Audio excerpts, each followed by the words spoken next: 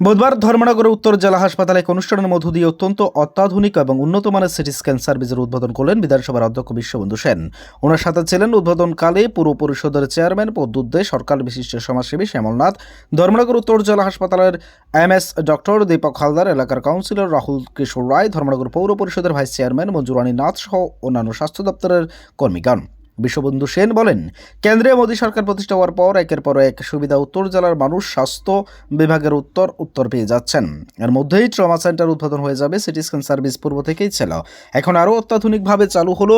মানুষ ফ্রি ডায়ালিসিসের ব্যবস্থা পাচ্ছে, বেডে বেডে অক্সিজেন পৌঁছানোর ব্যবস্থা রয়ে গেছে এবং এখানে অক্সিজেন প্ল্যান্ট ইতিমধ্যেই কাজ করে চলছেন।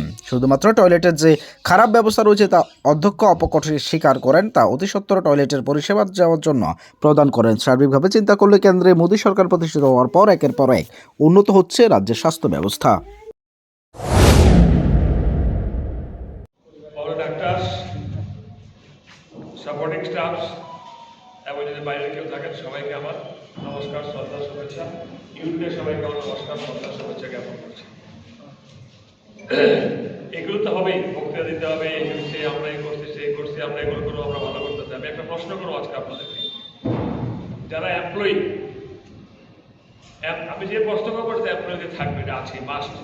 এখানে কর্মচারী ছাড়া কেউ আছেন কি? এখানে কর্মচারী ছাড়া কেউ নাই?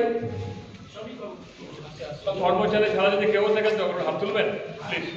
কর্মচারী ছাড়া যদি কেউ থাকেন তো কর্মচারী ছাড়া যারা এখানে এমপ্লয়ি, ভালো তো। কারণ আমি একটা এক্সপেরিমেন্ট চালাচ্ছি, যেখানে আমি প্রোগ্রামগুলো করতে, মিটিংগুলো করতে যাই। যেমন একদম এখন আসলে ঢাকাতে FCI ধান কিনবে কৃষকদের কাছ থেকে, রেট অনেক বেড়েছে, সেটা অন্য জিনিস। সেখানে